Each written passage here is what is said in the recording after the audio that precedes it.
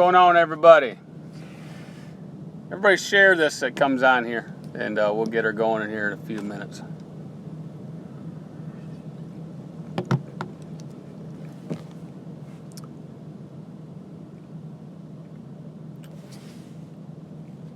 All right, if everybody can hear me, go ahead and say something so I know that it's working. We'll let the audience build up a little bit before we start. So we'll get going here in a few minutes. Alan, what's up, man? Neil, how's it going, buddy? How's Indianapolis treating you? Kevin, talking about the Volvese. Why do you always want to bring up that Volvo for? You know? Okay, Alan hears me. All right. Bob says it's working. All right, we're starting to build a good audience now. We'll get going here. Now let's talk about factoring companies. Well, there's lots of things to consider if you're going to do some factoring with these companies. And I chose Thunder Funding. So they're on this nice shirt here, Thunder Funding. Now, if you go to their website, you can check them out. The reason why I picked them is because they're really nice people to deal with. They answer their phones. But if you mention that I sent you, or Scott Kennedy, he's one of the reps up there at Thunder Funding, you'll get $100. Okay? That'll be put into your account when you become a client. All right? Another thing that you got to look for is make sure you got a short-term agreement always. All right? Never do a long commitment, like some have year-long contracts and so on, and never sign an agreement that long. Now, Thunder Funding is a 90-day agreement, so every 90 days you can re-up the agreement. All right, there's no hidden fees or any extra fees, and you want to check that out. Make sure there's no hidden fees or extra fees in there. And what I like about it is when you call their customer service line, they always answer their phone. And they're nice people, and they get the job done fast for you. And then that's why I chose them, is because I looked around at all the different companies out there, and I like the 90-day commitment part of it. That way, plus I like their fuel card, right? They give you a nice EFS card. You got total control over that card. Not only that, when they say they're going to put the money on there, the money's on there. And that's another good thing. They have no hidden fees. Everything's spelled right out there on your agreement. So you don't have to call up later on and complain that, you didn't read, what's being charged. Other than that, if you talk to Scott Kennedy, he is one of the finest factoring consultants between New York and Hawaii. What do you think of that, guys and gals? No, but he's a... All right, Scott, you got him. All right, but he is the director of national sales. Really nice guy. And just call him up. If you want to talk to them, they'll answer the phone, they'll talk to you, they'll give you everything you need to know. That's why I went with them. And another reason why I went with them is because they're on the West Coast. So, it's 8 o'clock here in the Eastern time zone where I live, it's only 5 o'clock there. So, I got longer time to get my bills over to them. You know what I'm saying? That's another reason why I picked them. But that's the thing with these factoring companies, okay?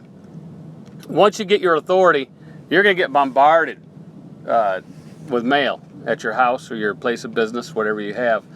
And there's going to be factoring companies galore sending you stuff. I talked to a whole bunch of them. And when I talked to Scott, he was honest. He was up front. We went through a bunch of stuff between companies. And I said, I'm glad I picked them. So if you decide to go with them, just mention my name and Scott's name, and you get $100 when you become a client. That's what they'll give you for signing up if you mention our two names. Okay, so there you go. So what's going on, everybody? Let me get some comments here.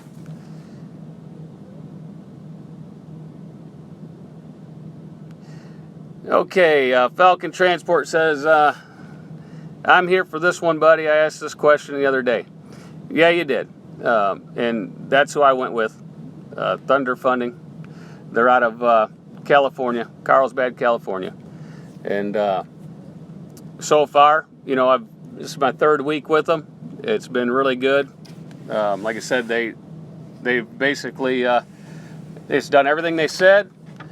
They upload the card fast, and they do exactly what they say they were going to do. So, I have no complaints. Like I said, I've called their office several times, and when I get the ladies there, they're really nice. And the billing department's really nice. If they have a problem, if you send in some bills and something's wrong with them, they notify and let you know. So then you can call them up and get the situation rectified. And they have one of the easiest ways to send in your paperwork. It's really simple. You just take pictures of your invoice, of your rate sheet, and of your bills, and you send it right to them through email. So, there's no charge for, TransFlow and all that other stuff. And Alan says, I'll be calling them soon. All right, Alan, well, the direct line, if anybody wants the line for them, it's 800-240-4140.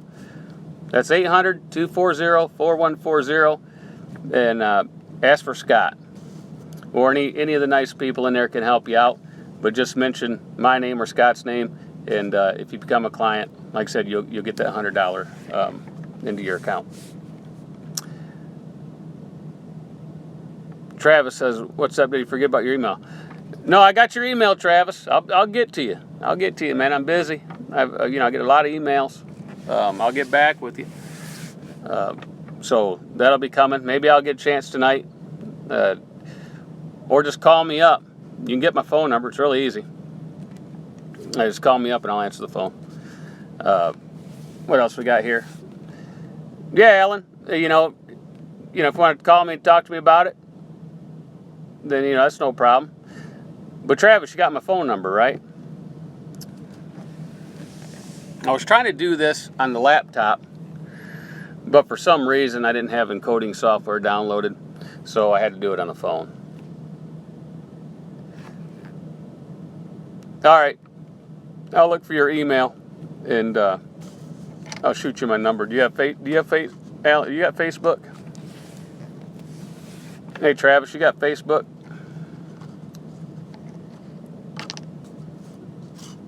Because if you got Facebook, then you can send me a instant message.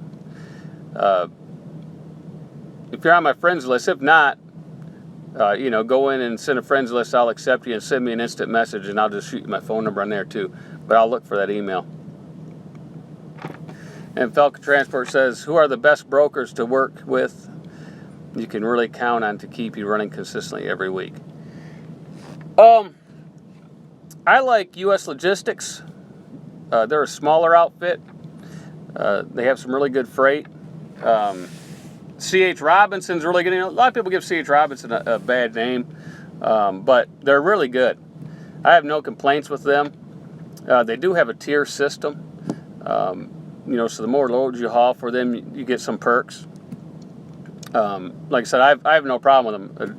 I've used them several times, and I got really good rates with them each time I used them.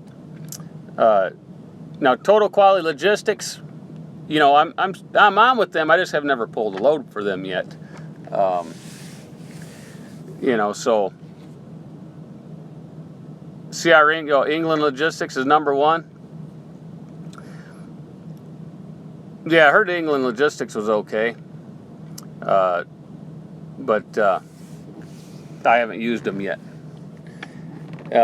I heard Coyote Logistics from some people say they're good in certain areas, and so forth. Now, like if you're gonna go, no, I meant 1,000. Okay. All right, I see what you're saying. Yeah, if you're gonna go with like JB Hunt and the Schneiders of the world, and then the big carriers of the world, they're gonna want 6 months of your own authority first, which makes no sense when you look at the whole picture of it. But that's their rule, so you got to follow by their rule, because they're not gonna let you pull nothing until you get that time. Okay, so Shruglord says, how do you go about getting info on the full maintenance leases like you have? All right, so if you go to Kenworth and Peterbilt, those are corporate full maintenance leases, okay? They will go to the individual, but they are a little higher priced. Volvo, if you go to them, those are independently owned facilities. So each owner does it different. Some owners have it, some owners don't. Some owners will only do it for a fleet, and some will give it to the independent one-owner operation. So we'll go, you find out just by calling the Volvo dealer in your local area and see. Because most of them want you to live within that county or so close to them because they want to do all the maintenance on the truck. So it saves them money, obviously. But if you can get the deal, it's the best deal in trucking, hands down. It comes out cheaper than if you bought the truck, straight from the bank. Even with the maintenance and everything all added up, it comes out cheaper per month. And after 5 years, these DEF trucks, they're throwaways. These engines, they don't last like the old days. Back when I had my Ford L9500, that thing went over $1.2 million, and it had a Cat 475 3306E. It never, anything done with that motor, nothing. Never had an issue with that motor for the whole $1.2 million. All I did was oil changes on it, and I replaced the fan clutch and one set of thermostats. That's it, but nothing major. And but they just don't last like that because the DEF systems, they run way too hot. The rail pressure, like on these Volvos, it's way too high, and that's why a lot of companies get rid of them at 300,000 miles because they're 300,000 mile throwaways. Falcon Transport says Ballard Trucking in Massachusetts does it, the full maintenance lease, Max and Volvos. Yeah. So, if you can get one, they're good. They range different too, depending on what truck you get, what it's loaded up as. When I first started doing the deal with my Volvo dealer, the one truck was around $19.50 a month, and he had it at 9 cents a mile. So, in other words, if you did 10,000 miles, you paid $28.50 for the month. That covers everything, towing, bumper to bumper, tires, everything. So, if you did only 8,000 miles, of course, then you're at, $26.20 a month. Charlie Brown, he says, what do you think about Prime? Well, I think about Prime like I think about all the other big carriers that have the lease purchase programs. The trucks are way too expensive. They're just way too expensive. Because you got these guys that, are at $1,200, $1,300, $1,400, some are at $1,500 a week. That's their payment, maintenance fund, and insurance. And then after the 3 years that they do it, they still don't own the truck. They got a balloon payment on top of that. So it's just way too much money. And what it does for the big carrier is it makes sure that you're always on the road and never home, because you can't be home with a $1,500 a week payment or even a $1,250. You can be home for a day or two, but that's about it. If your truck goes in the shop for more than 2 or 3 days, you're playing catch up for a long time. Well, KLLM, and the same thing with Prime. If you're gonna do it, there's only a couple places to do it. Interstate Distributors has their choice program, and Schneider has their choice program. So you only want to do it at a place that you can pick your own freight, right? Where you have the vast majority of the freight, and you can just click buttons and pick the freight. If there's a dispatcher involved, I don't care if people say, well, I pick my own freight at Prime or KLM. If they're only giving you 1, 2, or 3 loads to pick from, you're not picking your own freight. You're picking the freight they want you to pick, because they're only going to give you the loads they want you to take. And if you don't take none of those loads, guess what? You're sitting, right? You're sitting until the next day because they're going to say, well, there's nothing left. And, so that's how it works. Because always remember this. If you don't pick your own freight, then you're letting a $10 an hour employee be the CEO of your company. Sit back and think about that for a minute. I'll just sit here for a second. If you are being dispatched and you're in a lease purchase, it doesn't matter even if you own your truck. buying it from a bank, leasing it from a dealer. Doesn't matter how you're getting it, how you're paying for it. If it's your truck and you're paying a note on it every month, and you're at a company where they dispatch you, it's a losing situation, because that dispatcher goes home. You know, he might work 9 to 5 or 7 to 4, whatever he works, and he doesn't really care how much money you make. He doesn't know what your bills are. And you know, Yukon Cornelius, what's up, buddy? Okay, so you know, they don't care what your bills are at home. They don't know. They don't know what your truck expenses are. So, you know, they could just, all they got to do, their job is, you know, by their, coordinator, freight coordinator says, hey, we got to move these loads. So if you're next in line, they give you a load. It might be a 200-300 mile load, but they have a 1,000-mile load that you really need to pay your bills, but you don't see it. You don't know it's there. They give you that. Next thing you know, you can't pay your bills, and then things start going downhill. So if you don't have total control over picking your freight, then it just doesn't work. You know, and that's what I say about the employee, right? If you got a $7 an hour employee picking your freight, you know, it being the CEO of your company, or $10, whatever the going rate is nowadays, you know, for minimum wage. That's who's the CEO of your company, not you, because if somebody else is picking where you're going and what you're hauling, they're the CEO of your company. Think about that. Let that settle in. And I know it probably upsets a lot of people, but it's the truth. You know, when you sit back and look at it, it's the truth. You're not running your business at all. You're letting that hourly employee run your whole operation, you know. So if he makes you sit for a day or two, he could make it go broke. And so I just wouldn't put all that trust into that type of operation. That's why the Landstars of the world are decent. You know, Schneider, Interstate Distributors, all of them. Falcon says, I called them and asked them how much to buy it out, and they said $83,000. What truck? What truck is that for $83,000 to buy it all out? Is that the one you're leasing? Let me see if I can get these things to go up. It says, this is from a Prime driver. Listen to Jeff. Buy your truck outside, then pull for Prime. You'll do okay. Do not buy your truck from them. I have a $935 weekly truck payment with them. Right, and a $935 weekly truck payment, is that, you know, does that include the maintenance? That's just the payment? Does that include the insurance and so forth? You know, because like at Schneider, I know them guys are, you know, some are $800, $900, but when you add in the maintenance account and all the insurances, they're upwards of, you know, anywhere from $1,200 on up. And I've heard even one guy said he had a $1,500, which I don't believe that, but, you know. Yeah, Freightliner Cascadia, what year is it? For $83,000, man, that, you know, go in the truck paper and look at that truck that you have. Okay, that's what you want to do. Go to the truck paper, look at the truck that you have with close to the same amount of miles and see what the price is. And I guarantee it's not going to be $83,000. You know, it's going to be way less than that. See? Godson says, mine with all expenses is $1,206 per week. Yeah, $1,206 per week. That's a lot of money.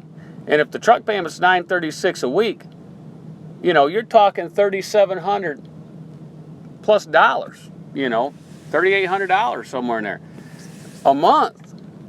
And I'm only paying, you know, I'm paying only around $2,800 total, you know.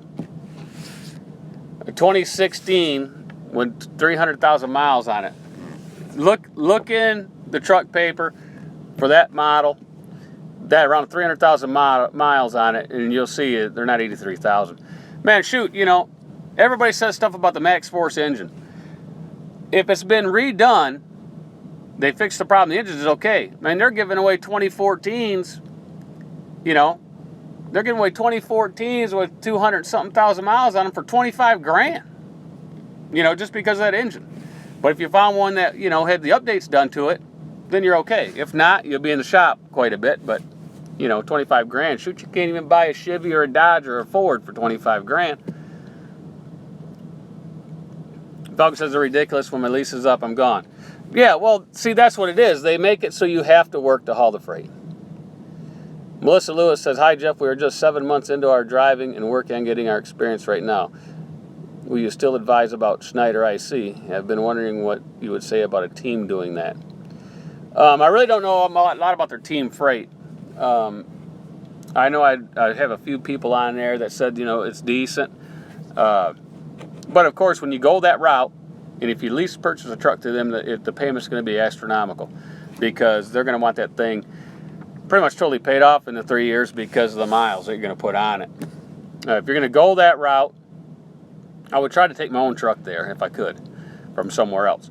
But, some people, you just can't do that. So if you have to go that route, you'll do all right, because if you're teaming, especially if you're husband and wife, boyfriend, girlfriend, and all the money goes into one household, then it's okay. But if you're going to team and it's got to go into 2 households, not going to work. Just isn't going to work. But if it's a one household operation, then go for it. Because you can always, on a system like that, if you ever want to stop teaming, then you could always pick off the single board, right? When you could get off the truck but still ride, and you could still do the, pick your own freight deal. So it is good for that. I don't know if any of the Thunder Funding people got on here to watch this video, but like I said, that's who I'm using. If you want to go with them, just call them, and they'll hook you up. Bro Joe says they had $1,400 team payment. So is that $1,400, Joe? Plus the maintenance, plus the insurance and stuff, right? If that's that, Scott just emailed me and said that he was watching and stuff. So, like I said, if you want to go there, call their number up, 800-240-4140. Talk to Scott; he'll get you set up. One of the nicest guys I ever met on the phone. And if I get out to California, he's gonna have to take me down, and we're gonna have to get a steak dinner. And we're not talking about because McDonald's serves 24/7 breakfast. We're not talking about it when they're steak bagels, a real steak, right? Just kidding, Scott. Anyway, let's see. Charles McLeod Jr. says, new or used, Schneider lease purchase, and why? Thanks. Well, you know what, Charles?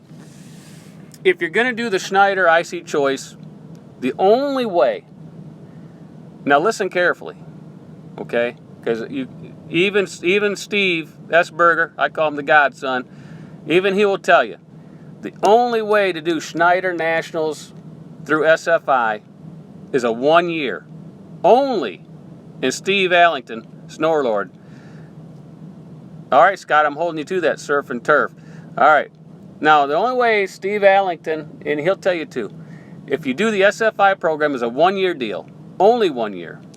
That way, it gives you time to build up your maintenance fund to $4 or $5 grand. Okay. Then you take that money, and then you go out and buy your truck from other sources. You go away from them and get a truck with half the payment. And that way you'll end up being able, you can stay home more, have more home time, and you'll be a lot happier. Okay? Steve, Kevin's talking to you. And just for that, Kevin, I'm not calling you tonight. I got to call another driver because I got to talk to him, see what's going on with him. So you Husker Trucker, what's up, Chris? Yeah, see, Chris did. Chris bought a 1 year, and then he went and got his own truck. But if you do it, everybody that's going to go to SFI, do the 1 year deal only. Okay, that's it. 1 year, and then because you can always increase that to another year if you really have to, but just do 1 year and then get your truck from outside sources. Okay, Falcon says, what part of Massachusetts does Schneider IC hire from? They don't. They don't hire from Massachusetts. The only way around that, they don't hire from California, they don't hire from Washington, and they don't hire from Massachusetts. Massachusetts, one of the reasons is because of the corporate rules and everything that they have. So if you have family in other parts of the country, you might have to change your license for a short period of time to get on. And then once you get on, then you can always change back.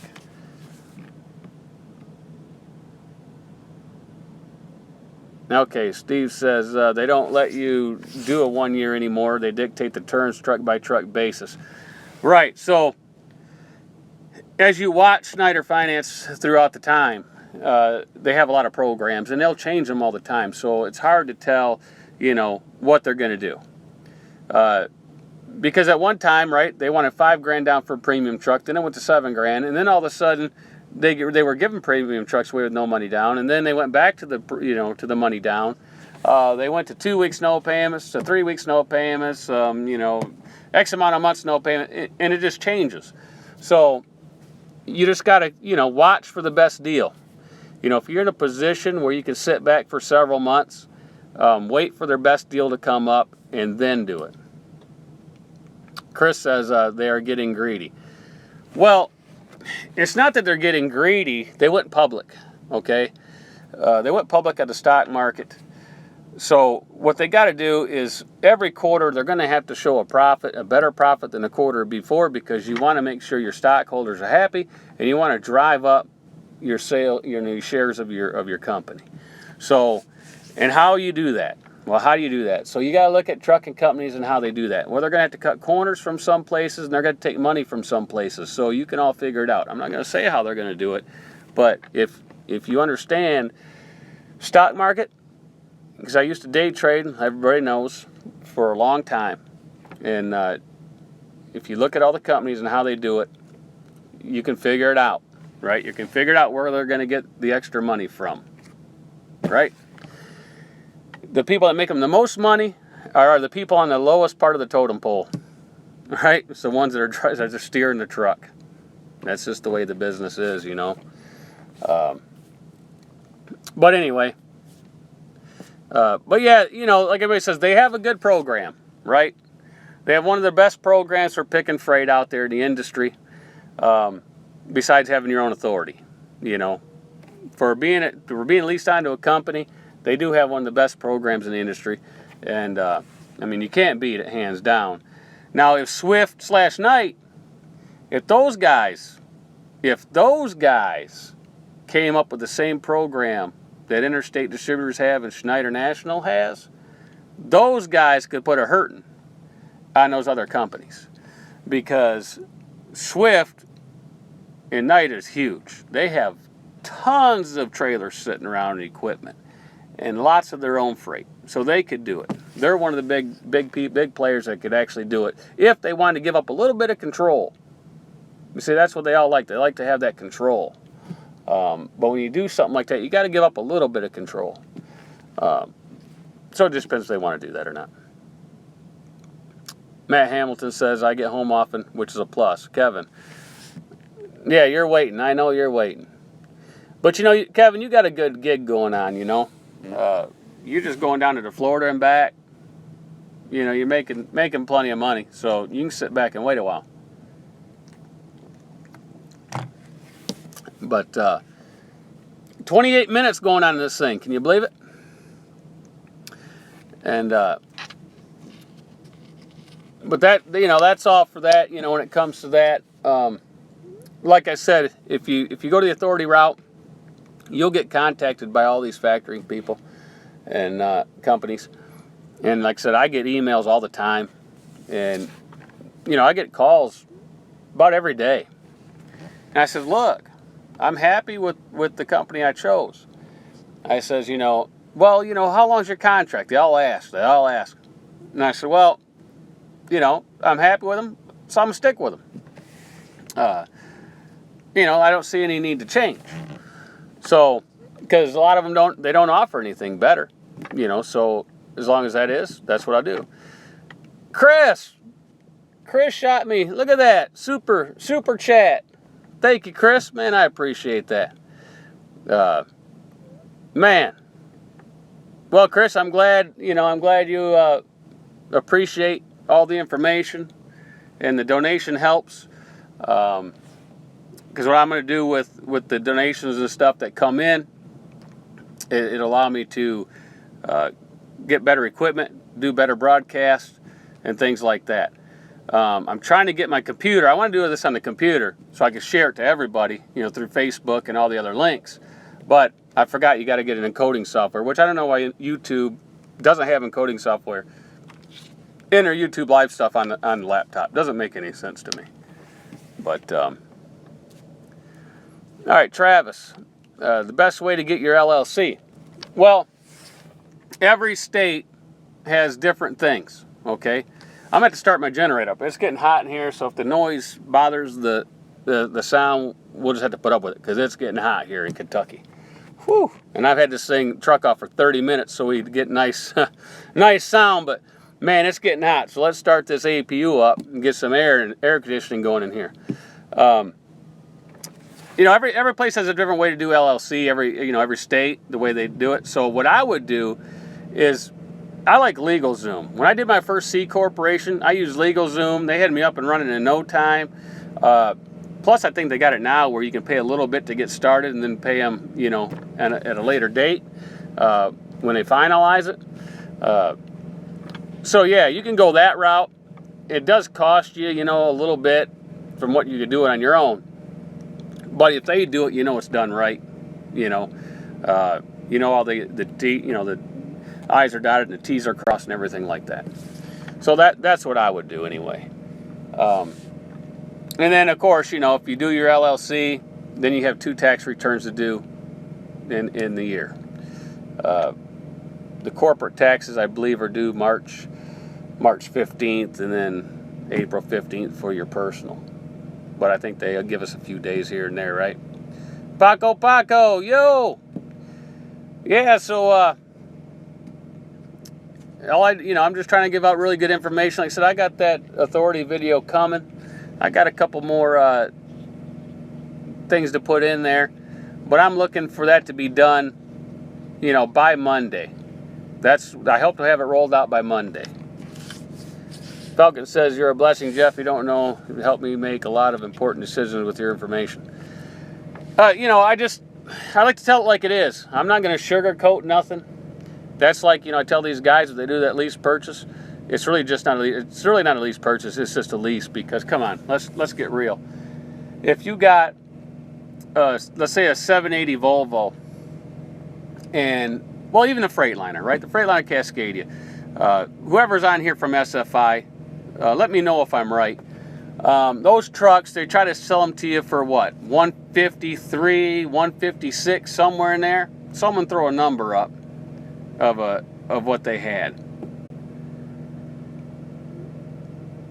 Hey, Deron Trucking, you know what I'll do about your car hauling thing? I got a buddy that was in the car hauling business for quite some time. I'll talk to him and then I'll have an answer for you maybe next time we talk, okay? All right, Steve's is 153, Matt's 150.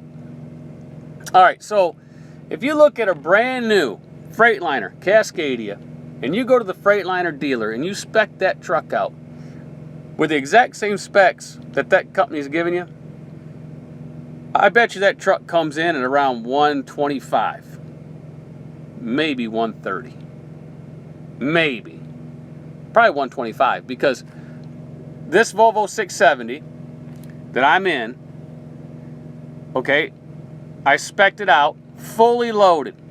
I even got $1,200 headlights, right? Heated massage seats, everything. All the controls of the steering wheel, the automatic, you know, everything.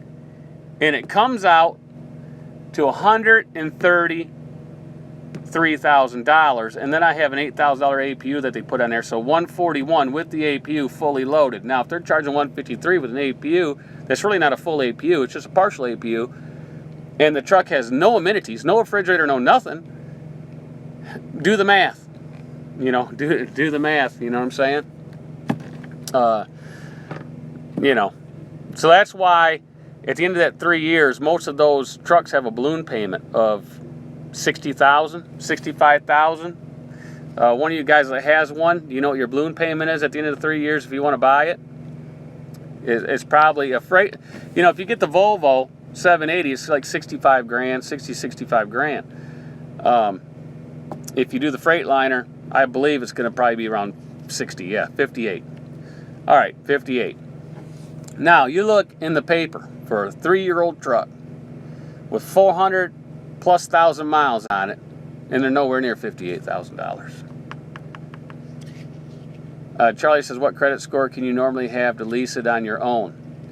Well, the credit score depends. I mean, if you're doing a full maintenance lease, it's really not about the credit score. It's about the individual, because you're working with the Volvo dealer directly. It's in-house, right? It's like a buy here, pay here type of thing. It's not through Volvo. It's through the dealer themselves. So what you want to do is you go in there, they run your credit check, and you sit down there and talk to the people. And the thing of it is do not call them, okay? If you're serious about getting a truck or want to do a full maintenance lease, show up in person, right? Dress nice, wear a shirt like this, right? Wear yourself a nice shirt and walk in there, look professional, and sit down with the guy that does the leasing for them and talk to him. Explain your situation. Even if you're leasing from a company, say, look, man, I'm paying $4,000 a month. His truck's only going to be, with the mileage and everything, it's only going to be about $2,800, so he knows you're going to be able to pay for it, okay? So sit down and talk to him. Say how many years you've been driving, so forth, so forth. And sometimes they might say, we can do it, but it's got to be on a used truck. Well, you don't care if it's a used truck, if it's full maintenance lease, because they're going to fix it. So they might put you in it for a year, and then they say, come in and we'll order you one. Then you spec it out the way you want it. So you might have to, start out at the bottom, per se, and work your way up. The way I got it through my dealer was I was going to buy the truck. I've been dealing with them for 20 years. And I traded in my 880 Volvo, and I was going to buy the truck, no money down, and just take the proceeds from the Volvo and walk out the door with a brand new truck. Then Volvo gave me that no money down deal, and then he asked me about the full maintenance lease, and I never knew nothing about it at that point. And then he explained it to me, and I says, well, yeah, I'll try it, and if I don't like it, I'll just buy the truck, because every month you can look at your amortization sheet they give you and see what you want to buy it. But I never looked back since. All right, so let's answer some questions. Let's scroll back here. Go back here. Travis, hey, thanks for the super chat donation, buddy. I appreciate it. And then the $58,000 comments, the credit score. I might be caught up pretty close.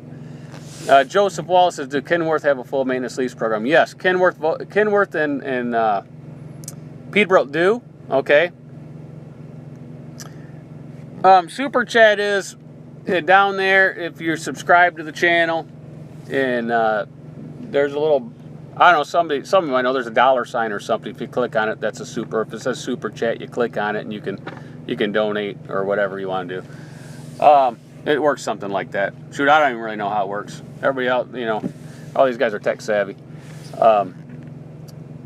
But yes, Kenworth and Peterbilt have one. It's through PACCAR. You see, because they're all corporate owned mainly at those dealerships. So it's through PACCAR. They do offer it. And basically, they want to give you a fully loaded truck, which that's how most of these full maintenance lease deals are, right? They want you to have a fully loaded truck, because if you don't buy it and they get the truck back, right, then what happens is they've got a truck they can really sell, right? They can sell it to any owner-operator because it's fully loaded, it's operator spec'd, okay? So they do have it. Let's see. Does your credit affect what truck you can lease at the dealer? Yes and no, probably. It just depends on the dealer. Like I said, my dealer's pretty flexible. They go by, I got a poor connection, it says, so, we'll see if it clears up. They do go by your credit and score, but they also go by how long you've been in the business, and things like that. All right, so it says I got my connection back again. So thumbs up if it's working. Freightliner. Merrick says, does Freightliner have a mechanical lease program? No, Freightliner does not have a full maintenance lease for the individual. Freightliner has a full maintenance lease for fleets. If you want 40 or 50 trucks, then you can get one through Freightliner. But if you just want one truck, you're not going to get it. They only do fleets only, Freightliner. All right. Godson says all good. Everybody says all good. Juan, what's up, buddy? California. Hey, Juan. I know you live by Carlsbad. So stop in at Thunder Funding and tell Scott that you get my surf and turf dinner, okay? I'm going to give it to you. So stop in there, tell him your name's Juan, and I sent you. Hopefully Scott's still watching. That'd be funny. That'd be great. Poor connection again, guys, so I might have to cut this thing off because it's not... Oh, Juan missed it. Well, the video is about what funding company I use. So I use Thunder Funding to factor all my bills through them. Now I don't have to factor. Scott says you're welcome anytime, Juan. So yeah, Juan, you don't have, I don't. I factor all my bills through them because I like to just go through the one place. I don't want to sit there and send the invoice in and then wait and get the money back because that small percentage doesn't mean a whole lot to me. But I do run, everybody knows I run the software to do it, right? I run Truckin' Pro software, and all I have to do is I click on the broker I hauled for. It's all in there in that software. I just click on it, I hit invoice, and it brings up the invoice. I put who I hauled for, the money, and it'll shoot it right to that broker. Right along with my bill of lading, I upload in my program and everything. So I could do it all myself by just clicking a button, right? And send it to every broker in the country that I haul for through their email, and then I'd wait their waiting period. But I wanted to go through a funding company, so I found one that I wanted to use, and like I said, great bunch of people there. I looked at their website photo. I think I counted maybe 9 people. I'm not sure. Scott might tell me exactly how many people are working there, but really, a great people and organization, to talk to. Every time I call them, they're nice. They help me out, and whenever if I send in some paperwork or they need something, I send it right back to them. So, if you put in a bill and they can't read it or something's wrong, they don't wait days to let you know. The lady in the billing department that works on mine, man, she shoots you an email right away and lets you know, if something's wrong. So, just a fine group of people to work with. So, I plan on doing business with them for a long time. So let's see what other questions we have here. Man, we got to get some more people in here. So everybody hit the share button. Let's get this up over 100. What total cost per month? I think we got a lot of views already, 200 or 300 or so. But we should have 1,000 by morning or plus, right? All right, let's see. Falcon says, what total cost per month with truck and all insurance is needed? Yeah, Scott said there's 25 people there at Thunder Funding. So, I like the smaller companies, like that, 25 people. That way it's it's more of a personal basis, right? And you get to know the people. And, I like the people business, right? That's why when I go in and talk to these shippers and stuff, I talk to them. And like I said, I've been in and out of all these places in this 3 weeks here within 30 minutes or less. So, well, we're going to have to...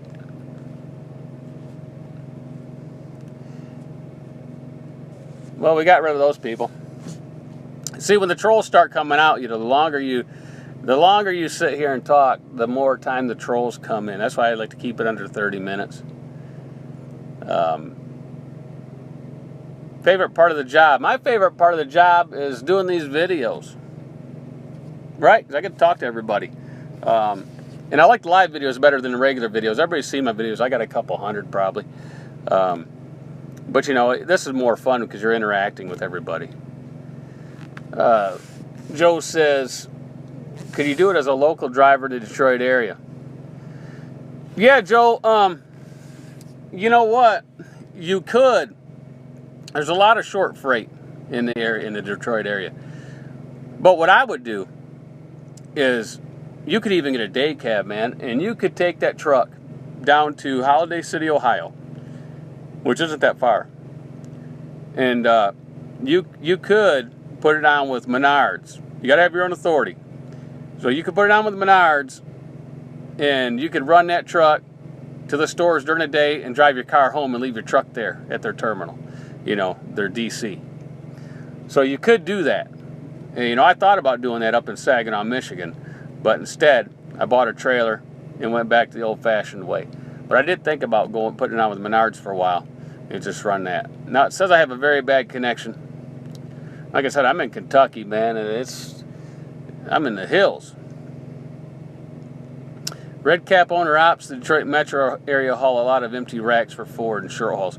Yeah, so, that's the thing, though. You could get on the DAT board, and all day long when I'm sitting there watching, there's short hauls that come up all day long. So if you had a paid-off truck, real low cost, you could just run, 1, 2, 3 short loads a day, just right around Detroit. You could do that, right? You could do it. And I think they're slowing me down because, this AT&T is supposed to have unlimited internet, but when you hit 22 gigabytes, they could throttle you down. That's why I was going to do it on my my iPad, because I haven't used 22 gigabytes. I got 2 things I use the deal, And this Armar Taylor, he's blocked, but, it tells you how much he knows. Go Verizon? Yeah, I should go Verizon. I got too many phones on AT&T. Octavio, I'm not selling nothing. John said he likes the videos as well. Salvador says, appreciate the content, considering going owner-operator. Well, I'll have that authority video out so you can watch that, Salvador, and you learn a lot to save you a lot of money, okay? I'm going to have stuff in there that's going to save you a lot of money and how to get it done in a systematic process so you don't waste a lot of money. And that's what I like to do about my channel, is I try to get out as much information. And I'm about the only owner-operator that actually does this and gives out the real information. There's some people out there that talk about it, but they just don't give out the real stuff. And it's just like, when I came in 25 years ago into this industry, there was no information. You had to sit around the horseshoe table, the BS table there, and listen to all the stories, and you still don't, Pack Transport says, how do you pay for the lumpers? Data checks. I've only had one load that required a lumper, and every load I ask about it if it needs a lumper. But I've only been to one food warehouse, and it was a $59 lumper, but the broker I got the load from said there's going to be a $59 lumper fee, and he said, I'll give you the ComCheck express code for it. And, it was paid for. I gave him the check, and, I was in out there in 40 minutes. John says, just went owner-op, and my Volvo just took a dump, not even 3 weeks. Well, John, sorry to hear about that, man. Is it something that you're going to get it fixed, or is it one of those down and out type of things?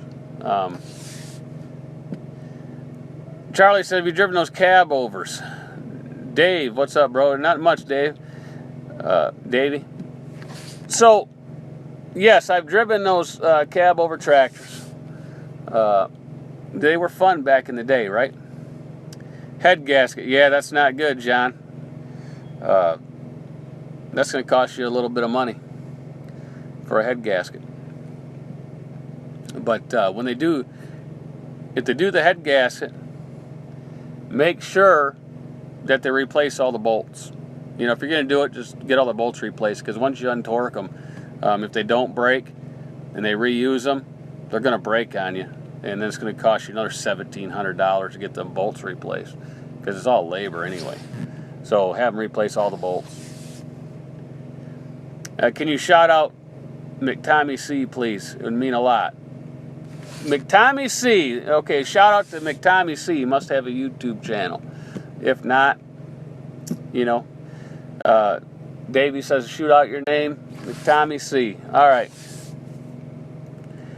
The Argosy, the Cadillac of cowboys. I never had the luxury to get in an Argosy. I mean, I drove the old Peterbilts and, you know, Freightliner cowboys and things like that, you know, that bounced you around. I did have one that was a stand-up. Anybody remember Burlington Motor Carriers way back in the day? I ran their truck for 3 days. That's all I could take of that place.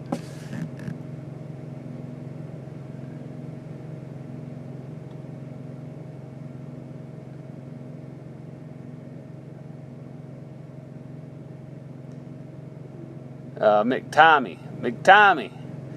Shout out to McTommy. It's MC. Okay, EMC. Make sure that you also change the engine coolant. I just had $13 repair because it wasn't done when my head gasket went. That's true. Make sure you do that.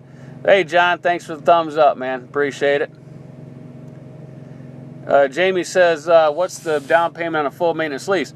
Well, where I got mine from, it was a security deposit and the first payment up front, which was a security deposit. It's the same what your payment is. So, for instance, if your payment's $2,000, then you got to give them $4,000. But the way it works is you run 30 days and then your payment's due 10 days later. So if you pay the 30 up front, you run 30 and then you run the next 30. And then you're paying on the 10th, like mine's on the 10th of the month. So when I paid right off the bat like that, I basically had 2 solid months of running before I had to pay again. That's how that works. That's how my dealer worked anyway. Oh, MC Tommy C. Okay, how's that? EMCE Tommy C. How do you have those old Mac Dog emblems? You got to take them, man. You got to take them. Well, Melissa, thanks. I appreciate it. Thanks a lot for the super chat. And like I said, there's going to be a lot more great information coming out as I go along. It's only going to get better. Now I'm not restricted on what I'm going to say or can do. You know, so it's just going to be a lot better content coming from, you know, from this forward on. And everybody's seen it ever since I went independent. You know, the content is going to get better and there's going to be a lot more information. And like I said, I'll help anybody if they want to go to Schneider National and do the IC Choice program. I know everything there is to know about that program, the lanes, all over the country. And even though I'm not there, I still know how it operates. And, you know, and you can ask the Godson, he'll tell you. If you want to run the short game over there, I can tell you how that's done also. And if you go back to my videos way back, a year ago, year and a half ago, I have videos on all that stuff. And not much has changed. What is your favorite truck brand, says Catherine? Well, man, I like the Western Stars, but, you know, they're kind of like, you know, they were kind of like the Fords when Freightliner got them, called them Sterlings. You know, Freightliner took over Western Star, so I wouldn't buy one. There's no telling on when they're going to get rid of them. And so basically I have to go Volvo because I like the table. I like the 780 a whole lot. I had the 880, but the 880 got bad fuel mileage, so it's not a really good truck to do owner-operator stuff in. But I like the Volvo 780 because I like the windows. It's good for blindsiding. But I'm stuck with the 670. When you really look at it, if you're going to be home quite a lot, 670 does the job. Plus, you know, you can have the table in it. And 2, it's really light truck. This truck here, I can scale 47,000 pounds with in a dry box, in my dry box. So there's no load I can't really haul in a dry van slot, right? So that's what I'll do. What's up, Fanel? What's up, buddy? You should think about Twitch.tv IRL. I should. Hey, Chicky. In case says, I just don't get the cab over love. Flip the cab, dump your stuff out, dress laying in bed, crawling through a porthole. Yeah, I mean that was fun days back then, right? Or like when you hit a hard enough bump in the road, your head hit the ceiling because it was so short, right? It was something. Those were the good old days.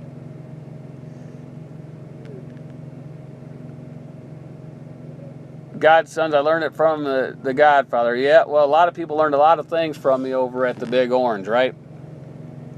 I don't know how long I'll still be on their website. I'm still on their website. I don't know.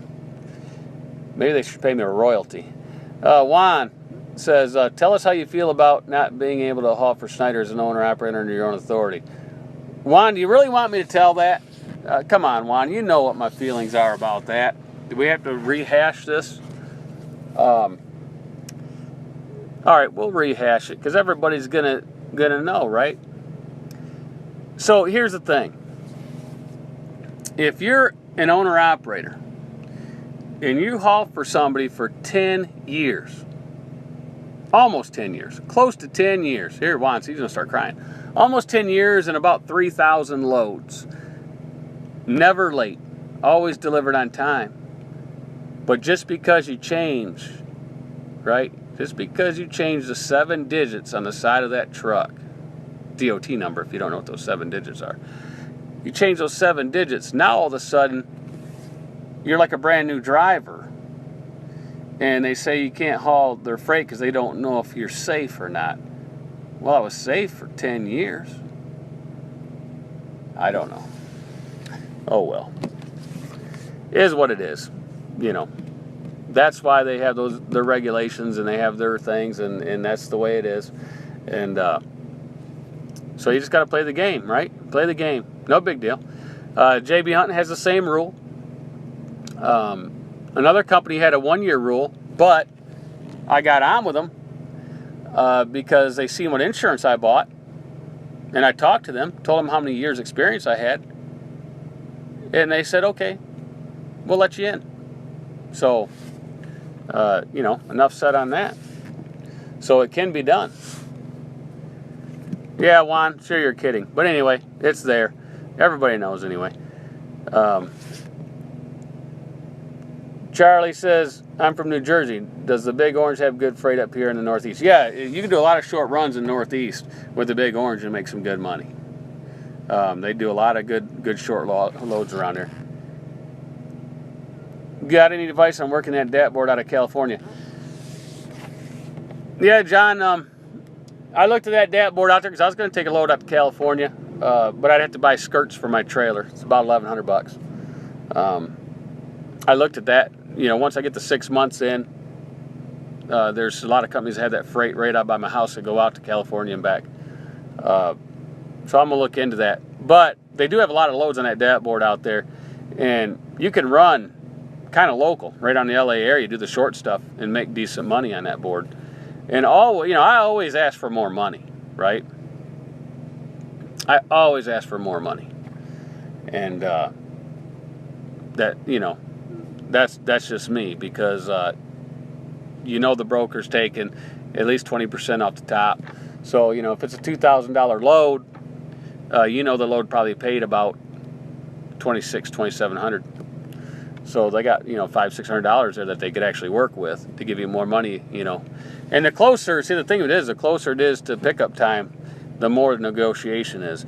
Like if you call on a load that's a week away and try to negotiate, well, they're not going to negotiate that much with you because they got a week to cover that load. But you can put in a price, and then if nobody hauls it, and if they call you, then that's when you have the upper hand, right? Because they called you, so they need it moved. But the closer it is to the pickup time, the more negotiation power you have. Because obviously no one wants that load, right? Or it would have done been gone. Yoslin says, I'm from Narnia and the cupcakes are awesome. What's up? EMIP TV's in the house. What's up, Dre? Everybody go check out his YouTube channel. I'll give you a shout out. Go check out his YouTube channel. Well, Dre, I think I beat you, man. I have some really nice folks here that watch my channel that gave me the super chat. And, they hooked me up. John says how to negotiate with brokers. What I do is I call them up, right? And I ask them how much the load is. And then I make sure it's no touch, right? And if there is a lumper, I ask them, you know, do they cover the lumper? That's not in the rate, right? It's on top of the rate.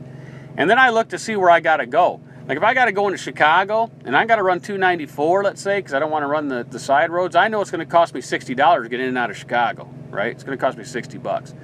So if the load's 600, I'll ask for 700, right? I'll say, you know, I need 700. And they'll say, well, I can't go 700. I said, well, I got $60 in tolls. You want to give me 600? And then he might say 650, and then I'll probably take it at 650 because, you know, then I'm only paying $10 for tolls. I got it up another 50 to cover my tolls. So that's the way I look at it. I try to cover the tolls and some other things. But I always try to get at least, you know, start at $100 on the short runs. Start at 100 more than what they're offered. And all they can say is no. And they might come up 25 or 50 because, you know, the shorter runs, they don't have as much to play with. Like the longer runs, you know, if they got $500, $600 to play with, you might be able to get an extra 150, 200 out of them. Maybe even more, depending on, you know, how bad the load has to be moved. Yeah, how to negotiate money with my mother and my dog.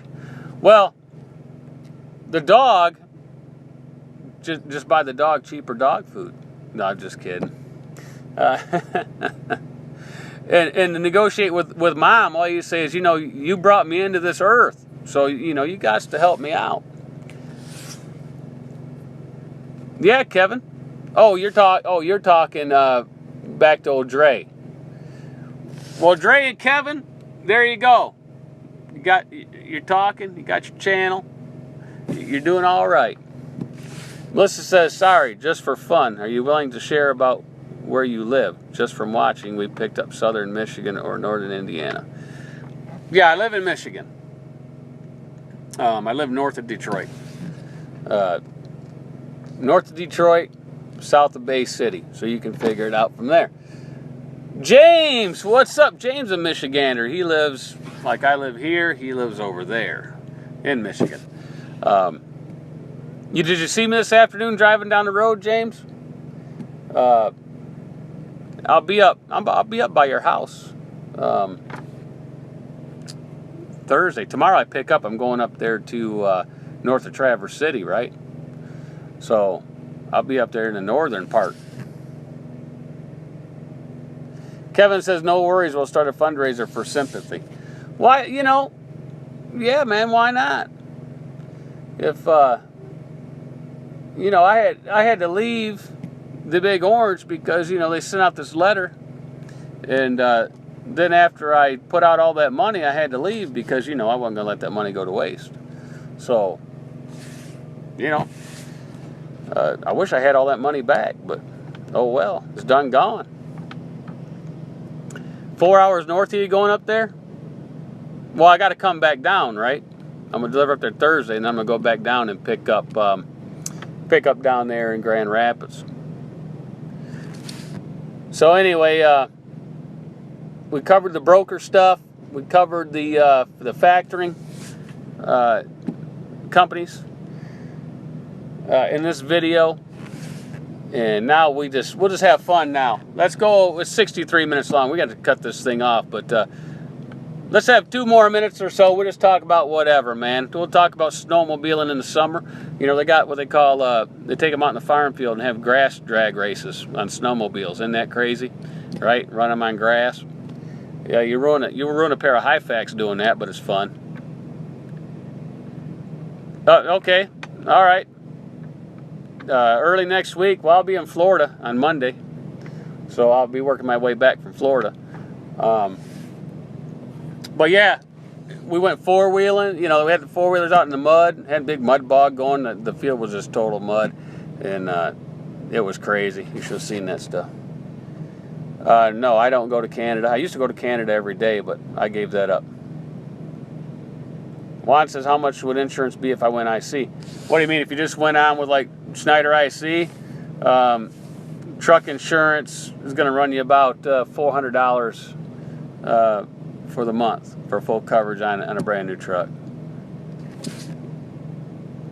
I know you'll be gone by then, you know, because I'll be down in Canada. Or not Canada, but Florida.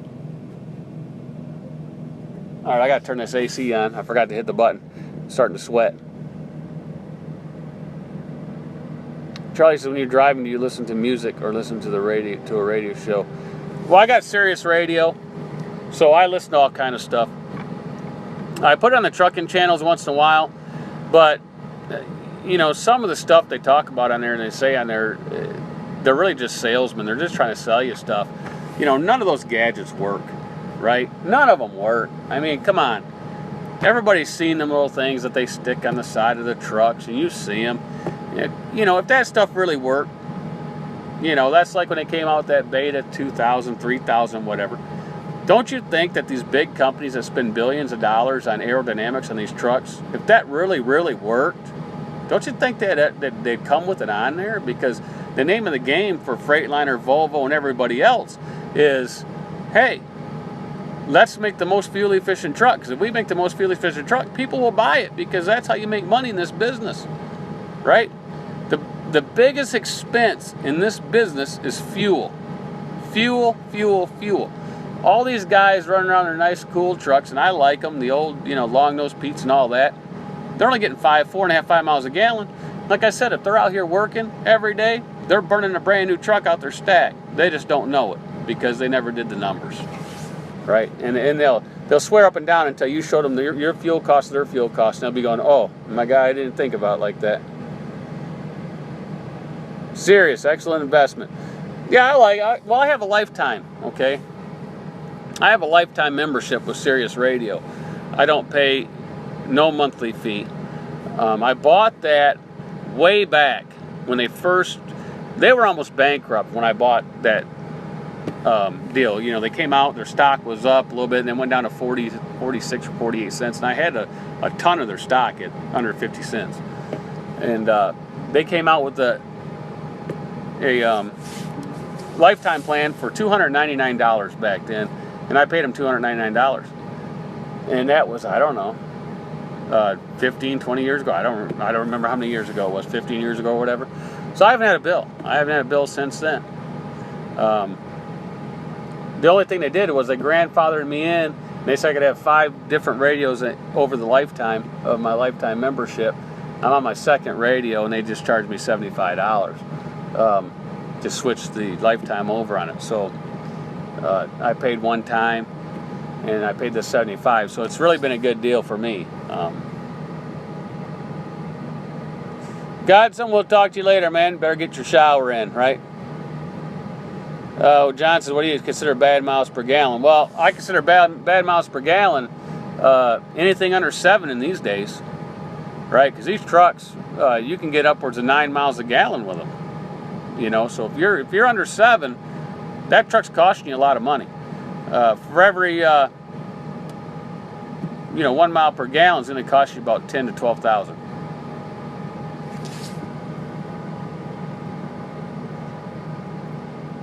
Let's see. Redwood says, I got a freight shaker Cascadia dropped out of interstate and into dirt moving. Brokers eat up your checks. Any way to negotiate with them? Well, yeah, you got to ask for more money, right? And you just tell them, say, hey, you know, if the load pays $500, ask for $600. If you really want $550, ask for $600. And all they can tell you is no, but explain why. So, well, I need $600 because this route's longer than what it says. It costs more fuel. Go down a list, and a lot of times you can get $50 to $100 more out of them per load. And your negotiation skills will get in there, right? You do a lot better once you do it quite a bit and enough times. It'll just come like second nature. But I always ask for more money.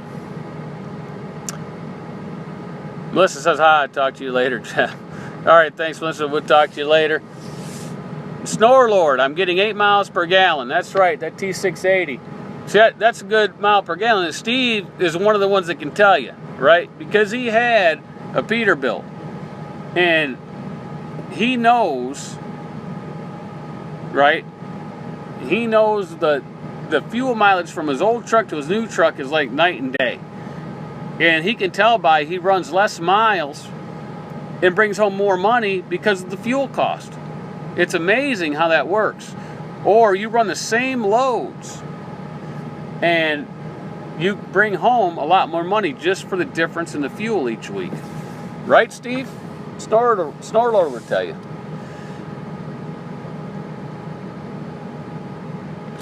Yeah, an 07 with a Cat 6.5 is normal, right? So like Fresnel's truck compared to Steve's, a mile and a half, you know, you're talking about $15,000 plus in fuel cost difference a year between the two vehicles in the same amount of miles. And when you do that you do that cost, that's like $1,200 a month. So, you know, if Fresnel's truck, let's say, was if he owed anything on it or was paying a payment, it was $1,500. He actually could afford a $2,700 truck because the excess fuel mileage difference. 6.7, yeah, that's not bad. You know, it's hard to get them up over there. Like mine gets 8. Mine gets 8 to 8.2 miles per gallon is what this truck gets. So I'm happy with it. Fruit oatmeal. A 2011 ISX 9.2. The Wright brother. What's up, TRB? Man, Eddie, let me tell you something, Eddie. You missed a great video here. It's 71 minutes long. I can't believe it. But, yeah, everybody, you know, haven't seen the Wright Brothers channel, go check out his channel. He's got some really good stuff on there. Yeah, TRB, we were just talking about factoring companies. We touched a little bit about trucks, leasing, lease purchase, full maintenance leases, on and on and on and on. It's just, this video's got everything, a little bit of everything in it. And then we're just going to do like a 2 or 3 minute, you know, whatever, BS session here. But that's turned into another 10 minutes. I guess nobody wants me to shut this down. They just keep typing stuff in there. Should we shut it down? What do you think? Share all over the internet that this live broadcast is going, see if you can pump those numbers up. Should we shut her down or keep talking? And we talked about TRB. We talked about. We also talked about leasing a truck and what companies to go to. And of course, everybody knows my answer about that. You never put your truck on to a company that you're getting dispatched by, because that dispatcher doesn't pay your bills. He doesn't pay your truck payment. He doesn't pay your house payment, your car payments, food for your kids. So you're letting and this is what really gets people. It's like putting a knife or a dagger in someone's back. Is they're letting, usually, you know, a lot of them companies hire, you know, minimum wage employees, but we'll just say $10 an hour. You're letting a $10 an hour individual be the CEO of your company. If you're being dispatched by the company, you're letting a $10 an hour employee be your CEO of your company. Think about that. You would never see these big corporations hiring somebody and paying them $10 an hour to be the CEO, now would you? But that's what you do if you're leased onto a company and they're dispatching you. You just hired a $10 an hour guy to be your CEO of your company that knows nothing about your company, basically knows nothing about trucking. All they're doing is just dispatching off a board that, you know, says move these loads. Galaxy Tuber says, like the background, I want to be a trucker too. It seems fun. Hey man, don't be a trucker. Right? There's no money in it. Look at us all. We just scratch it. Look at all that gray hair, man. Look at that. You want to have hair like that, gray and everything? And that's what 25 years of trucking. Well, that could be the grandkids. I don't really remember what caused the gray hair, but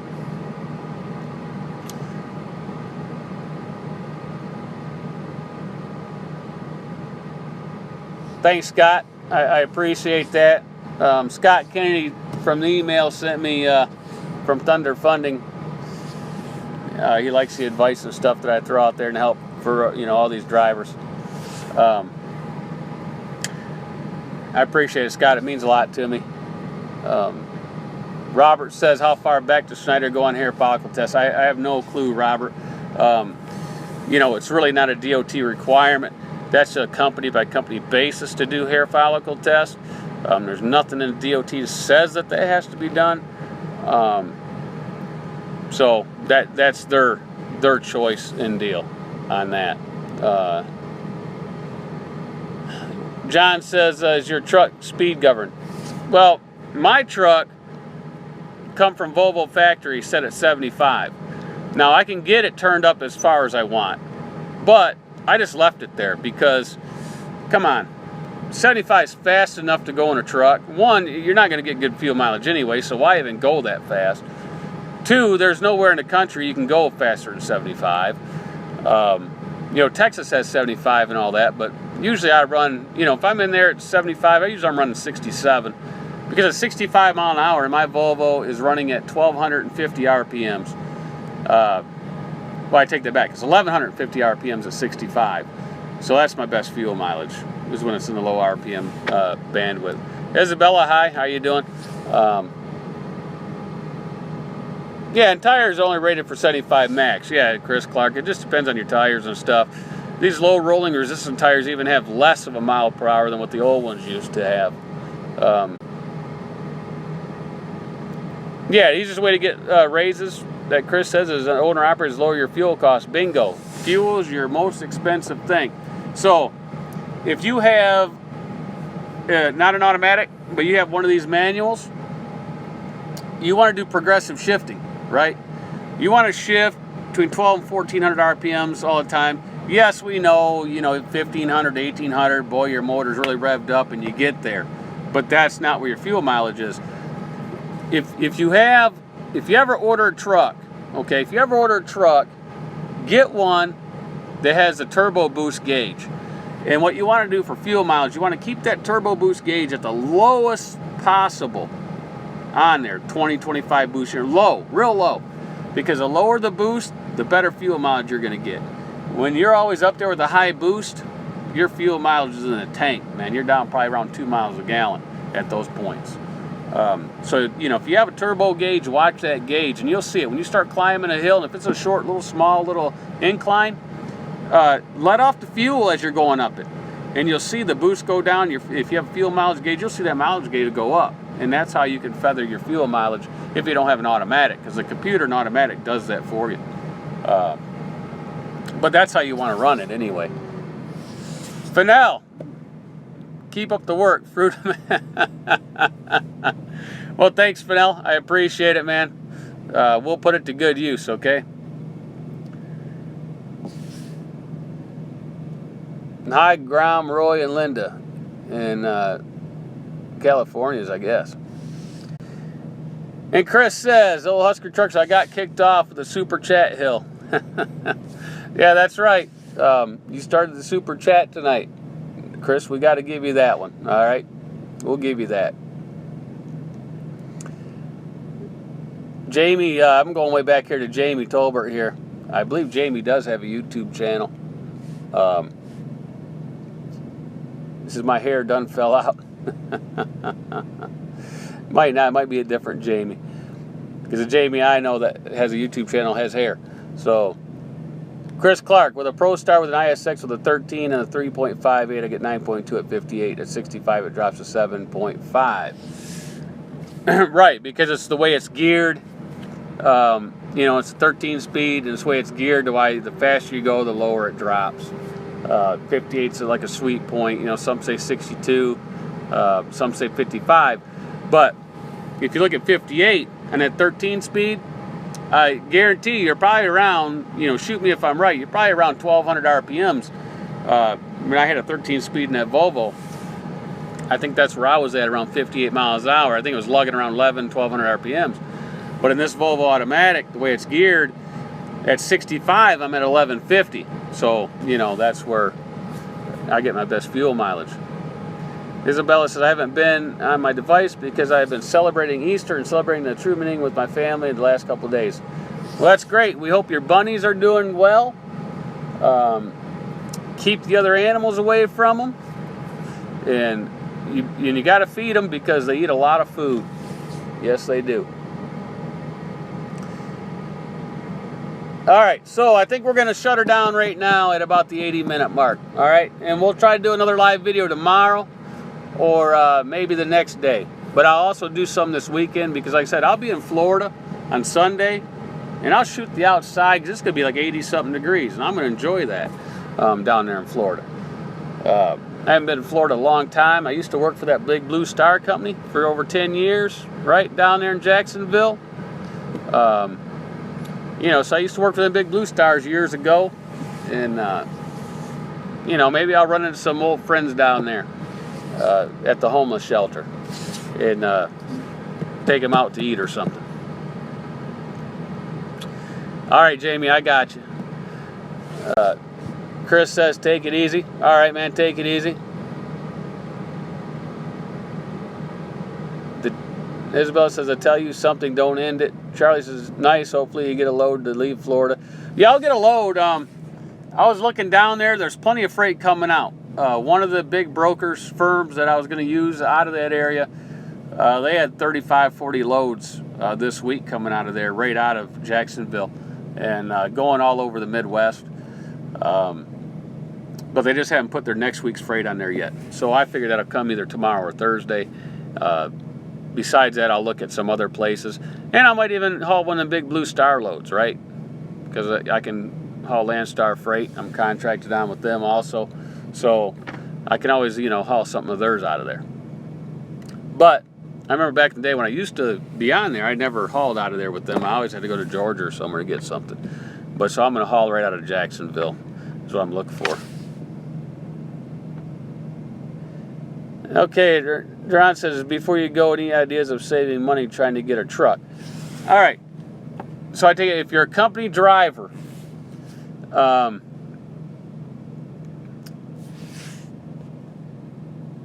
right, let's do that. All right. So if you're a company driver, yeah, I mean, you know, I would save whatever you could, right? For instance, I don't know if you buy stuff in truck stops, but, you know, if you go to a truck stop and you look at, you know, let's say you like to drink Powerade, right? Let's take this for example. You go into the Pilot right here where I'm sitting, and it's $1.99 for a Powerade. Well, I went to my local grocery store and they were 64 cents for the same bottle. You could buy 3 of them for the price of the one in the truck stop. So you think about it, you know, if you bought 10 of them in the truck stop for 20 bucks, well, go buy 10 of them there and put the other $15 in a savings account. That's how you save the money. Try to eat in the truck as much as possible. If you eat in the truck as much as possible, right, then you'll save a lot of money. Because if you look at the food cost, I mean, you can save a lot of money. I remember back in the day, people would laugh, right? We would go into the truck stop and we'd get water. And I'd take you know, back then, the wife would take some tea, and she'll put some, you know, Lipton tea or whatever in the glass and stir it up. And the guy says, man, actually, why don't you buy the tea? Well, it's $2 a glass, right? And I told the guy, I said, well, how many times do you eat in the truck stop? He eat in the truck stop 3 times. So how much you do on tea? $6. That's $6 a day. He's in the truck stop 300 days out of the year. That's $1,800. Think of it like that. That's $1,800 a year for iced tea. Think about that. $1,800 a year for iced tea. That's a lot of money, right? You know, over a 10-year period, you're looking at $18,000. $18,000. So, you know.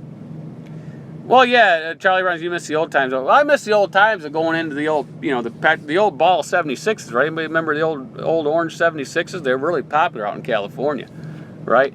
Think about it, Duran. I don't know if you eat in truck stops and stuff, but man, if you add up the Cokes and the iced teas when you're sitting there for $2, $3 a pop,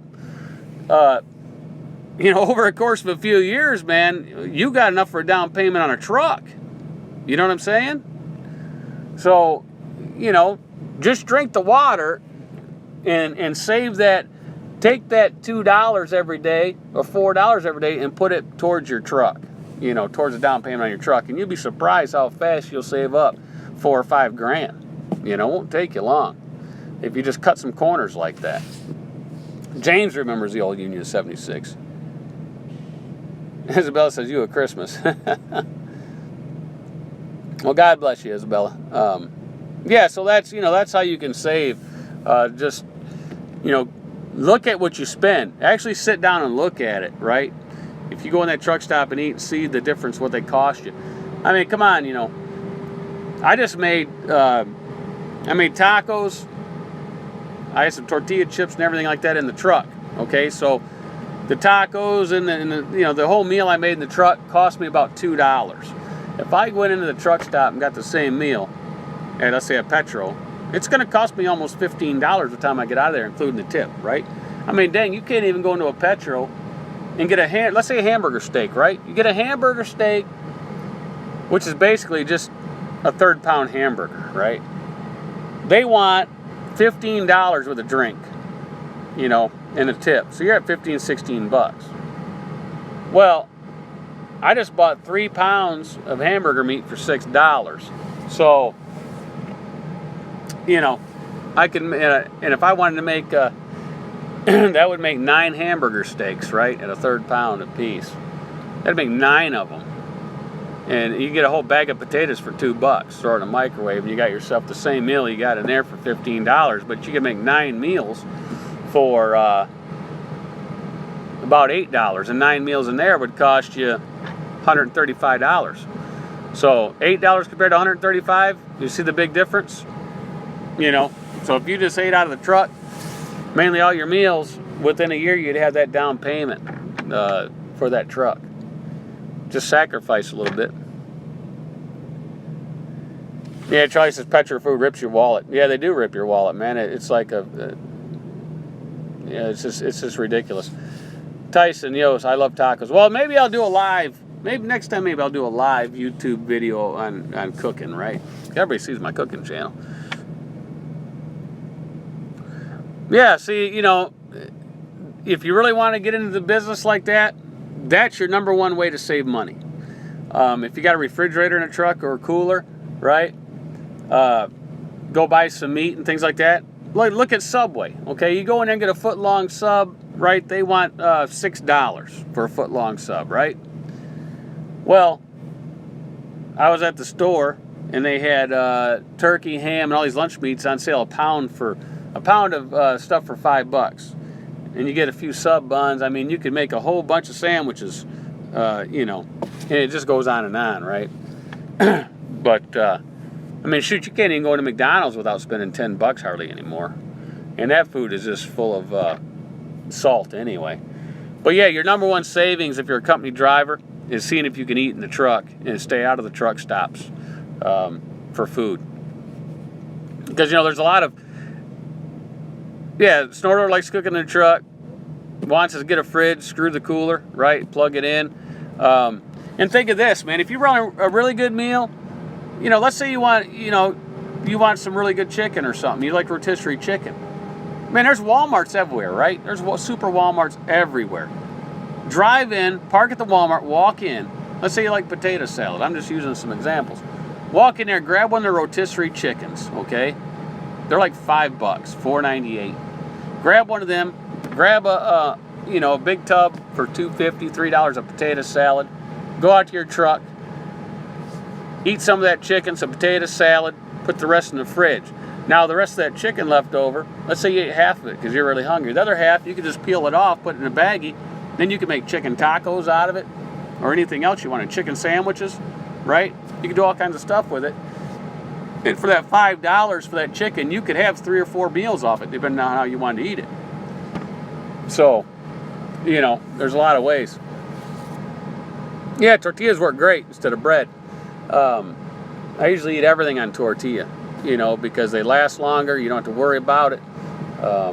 You do a lot of different things with it, you know. You get the right tortillas, you know, you get the chicken, like I said, you could tear it up, put it in a baggie. You can throw some lettuce, you know, get you a little bit of lettuce, throw it in there, make yourself a turkey roll up. or a chicken roll-up after that, or a chicken salad sandwich, and so on and so on.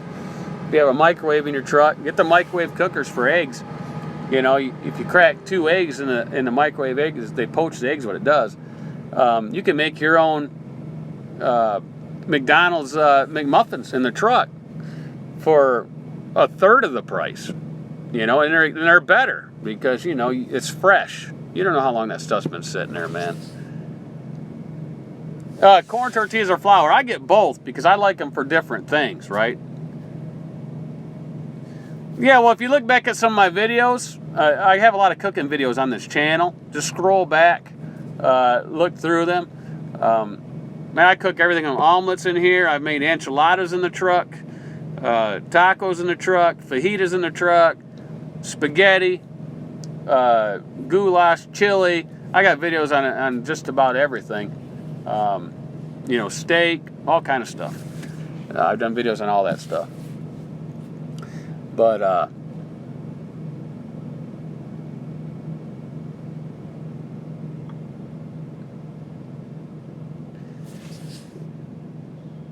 you not? My comment, is it personal if you are a Christian or not? Yes, I do go to church. Tyson says you are the cooking god. No, if you ever see me in a truck stop, dinner time, come on in, man. I always have leftovers.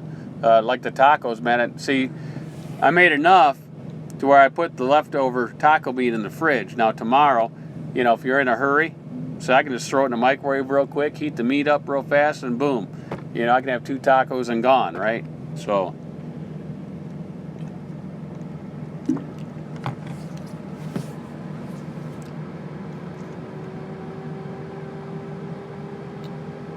yeah, man. He says, I'm getting a fridge and a hot plate and shopping at Walmart for now on. Thank you, sir, much for information. God bless you. Well, God bless you, Darren and Isabella. So, you know, that's the thing, man. You got to eat.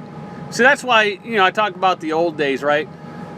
No one ever ate in the trucks back in the old days because you could eat in a truck stop for cheap.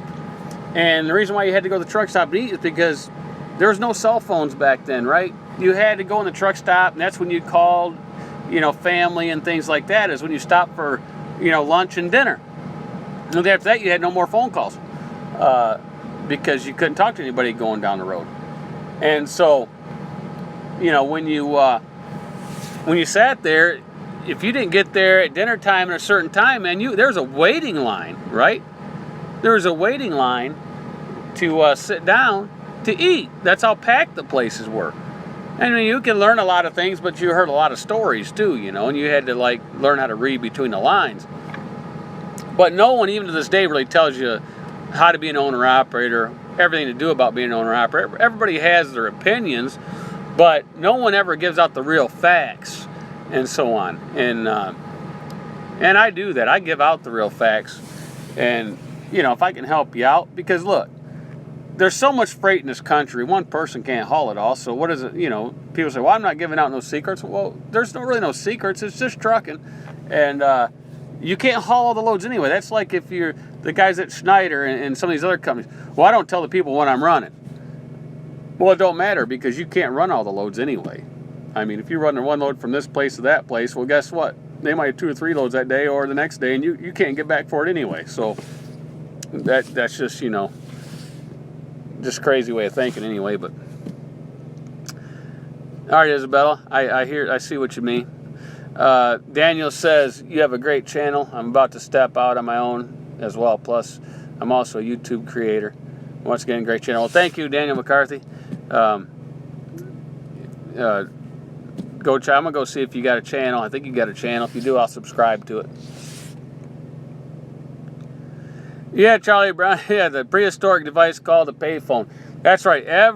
And you would know, like, you know, you'd have to call your dispatcher, right? Every morning or every afternoon.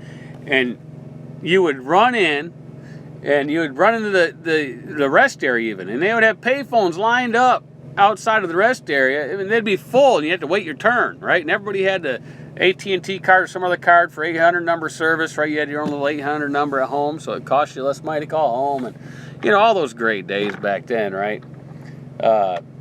you were never bothered on the road because you could never talk to nobody unless you stopped, and you never had time to stop unless it was breakfast, lunch, or dinner, and that's why everybody ate in the truck stops back then. So they could sit and eat and watch a little TV for a quarter, and that's going way back, man. Everybody's gonna know how old I am now. But anybody remembers the TVs on the tables, right? Pay for a quarter and watch 30 minutes of it and then hit the road? Chris says, I saw an actual payphone the other day and was shocked. Yeah, I get shocked too when I see them. I'm saying, who still puts money in there? Shoot, I don't even carry change or money on me. It's all done by cards nowadays, right? So all that's changed. James says, yes, he remember. Well, James, you're old too, man, so don't say a whole lot, right? All right, everybody, we're going to end it now. Thanks, everybody, for hitting the super chat button. I appreciate that. We're going to end it now. It's been an hour and a half. I'll leave this video up. Usually I wouldn't want to leave this long of a video up, but I know people want to see the replay and everything. So, thanks, everybody, for watching. If you're not subscribed to the channel and you like it, please subscribe to the channel. Hit that little thumbs up button, the like button. We got to try to beat some of these other YouTubers. I'd like to have that up to around 100, but it's not there. Tyson says, don't leave. Chris says, Shoemaker's Truck Stop still has TVs on the table. Well, I might have to go check that out. That'd bring back old times, man. I might get all teary-eyed, right? Get misty-eyed and everything. All right, Charlie, I'll have a good one. You guys be safe out there. And yes, we're going to end it because, what time is it? Shoot, I don't even know what time it is. Anybody got the time? 7:42 or so? Yeah, man, I'm gonna watch some TV now. Actually, I got to get on the computer. I got to put some stuff into the Fogline software program and things like that. And, I'm going to keep track week by week basis. And then a lot of guys want to know the difference between where I was at and as an independent, what the difference in the rate is and everything like that. And I'll have videos on that coming. I want to go at least a month, maybe 2 months to get the data, so that way it's good data, right? So maybe we'll do it by quarter basis. So I got the first quarter when I was leased on to the Big Orange, and so the second, third, fourth quarter, I'll do those numbers, and then we'll take a look at it and analyze it and see what's going on. So that'll be some pretty good stuff there, probably. All right, so there we go. We're out of here. Everybody have a good night. We'll see you.